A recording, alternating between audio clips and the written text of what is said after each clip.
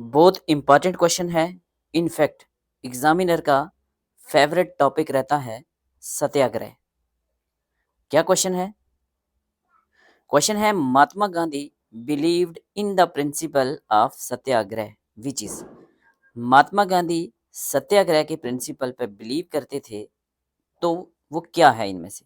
Weapon of violence? नहीं, violence के खिलाफ का वेपन था ये। Method of people's participation? नहीं। Method of civil disobedience? नहीं। Weapon to oppose violence by non violence, बहुत इंपॉर्टेंट मेथड वेपन है ये। वायलेंस के खिलाफ लड़ना है बट नॉन वायलेंस से लड़ना है, यही थी गांधी जी की आइडियोलॉजी। इसका राइट आंसर है डी। यहाँ हम सिर्फ एक क्वेश्चन पर नहीं रुकेंगे, काफ़ी सारे क्वेश्चन करेंगे। इनफैक्ट मैक्सिमम क्वेश्चन जो गांधी से या सत्याग्रह से पूछे जाते हैं। तो ये क्या है? Weapon to oppose violence by non violence.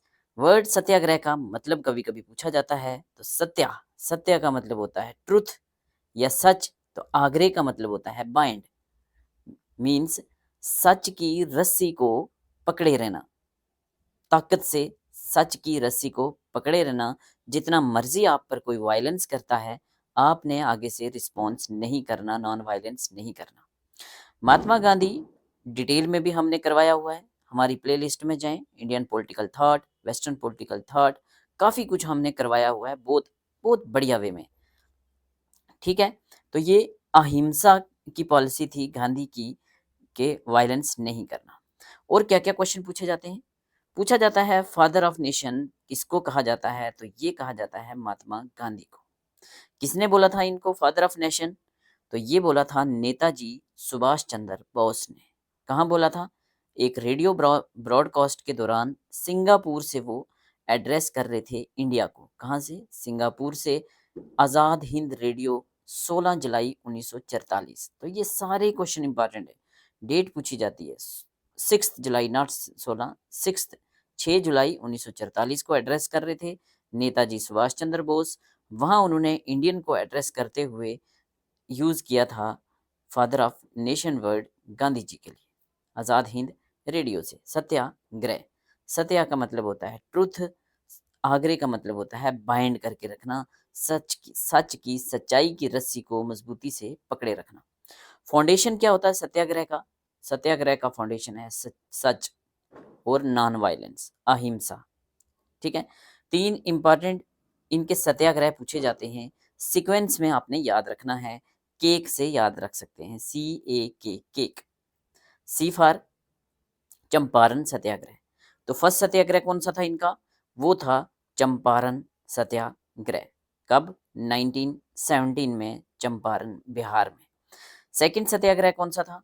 तो ए से अहमदाबाद मिल स्ट्राइक 1918, ये था इनका सेकंड सत्याग्रह। और ये पहली इनकी हंगर स्ट्राइक भी थी इंडिया में। ठीक है, फर्स्ट हंगर स्ट्राइक 1918 में, सेकंड सत्याग्रह में। फर्स्ट सत्याग्रह क्या था? चंपारण सत्याग्रह। केक, के फॉर खेड़ा सत्याग्रह, ये इनका तीसरा सत्याग्रह था 1918 में गुजरात में। तो आपने इनके 3 सत्याग्रह याद रखने हैं, डेट पूछी जाती है, सीक्वेंस पूछा जाता है अरेंज करने के लिए। CAK, केक से मैंने याद रखा था, ऐसे ही आप याद रखेंगे। C for Champaran, A for Ahmedabad, K for Kheda satyagraha. First है 1917 को, दूसरे दोनों 18 को है। पहले अहमदाबाद है, बाद में है खेड़ा सत्याग्रह। रोलेट सत्याग्रह, ये कब है? 1919 में। जब ये सत्याग्रह कब में था? जब इंडिया में क्या आया था? रोलेट एक्ट लेकर आई थी ब्रिटिश गवर्नमेंट। ठीक है, फर्स्ट नेशनल वाइड, पूरे देश का जो पहला सत्याग्रह था, जो पूरे नेशन वाइड सत्याग्रह था, वो था रोलेट सत्याग्रह। उसके बाद गांधी जी ने नॉन कॉपरेशन मूवमेंट की 1920 से 1922 तक, डेट इंपॉर्टेंट है। सिविल डिसोबीडियंस मूवमेंट गांधी ने की 1930 से लेकर 1934 तक। डंडी मार्च या साल्ट सत्याग्रह गांधी जी ने किया 12 मार्च से 6 अप्रैल 1930। क्विट इंडिया मूवमेंट 8 अगस्त 1942। और पहली बार यहाँ क्विट इंडिया मूवमेंट में गांधी जी ने डू और डाई की बात की थी, कहीं ना कहीं नॉन वायलेंस इसमें आ ही जाता है। क्विट इंडिया मूवमेंट 8 अगस्त 1942। मैक्सिमम लीडर अरेस्ट हो गए थे इस मूवमेंट के, इसीलिए इस मूवमेंट को लीडरलेस मूवमेंट भी कहा जाता है। तो quit India movement 1942, do or die young India, ये यंग इंडिया के एडिटर कौन थे? Mahatma Gandhi. Very very important. Harijan के एडिटर कौन थे? तो हरिजन भी एक वीकली जनरल था महात्मा गांधी का। हिंद स्वराज 1909 डेट पूछी जाती है। Hind Swaraj written by Mahatma Gandhi. Young India Mahatma Gandhi, Harijan Mahatma Gandhi, Hind Swaraj 1909 date पूछी जाती है महात्मा गांधी। साबरमती आश्रम गांधी जी का था, कहाँ था? अहमदाबाद में। ठीक है। सेवाग्राम आश्रम ये महाराष्ट्र में था, वारदा में गांधी जी का आश्रम था। गांधी इरविन पैक्ट कब साइन हुआ था? लॉर्ड इरविन के बीच में और गांधी के बीच में 1931, ये डेट भी इंपॉर्टेंट है। पुणे पैक्ट कब साइन हुआ था? 1932 में। किस किस में हुआ था? तो महात्मा गांधी और डॉक्टर बी.आर. अम्बेडकर के बीच में हुआ था। Very very important. Cripps mission 1942, cabinet mission plan की डेट पूछी जाती है 1946। अब ये जो है ये कोई गांधी के मूवमेंट्स नहीं है, एक्स्ट्रा इस टॉपिक के रिलेटेड जो क्वेश्चन है। क्रिप्स मिशन 1942 डेट इंपॉर्टेंट है। कैबिनेट मिशन प्लान कब आया? 1946 डेट इंपॉर्टेंट है। माउंटबेटन प्लान 3 जुलाई 1947, ये अरेंज करने के लिए पूछे जाते हैं कभी कभी chronologically. Sarvodaya welfare of all, Gandhi ji Sarvodaya की बात करते हैं। स्वराज की बात गांधी जी करते हैं। सेल्फ रूल की बात करते हैं। स्वदेशी मीन्स इंडिया के गुड्स को इस्तेमाल करो। तो क्रिप्स मिशन हो, कैबिनेट मिशन हो, ये सारी चीज़ें तब गांधी जी काफ़ी एक्टिव थे। नेक्स्ट गांधी जी की थ्योरी पूछी जाती है, बहुत इंपॉर्टेंट थ्योरी है। ट्रस्टशिप थ्योरी किसकी है? गांधी जी की है। Wealth should be used for social welfare. ट्रस्टशिप theory का मतलब क्या है? कि वेल्थ जो है सोशल वेलफेयर के लिए यूज़ करनी चाहिए।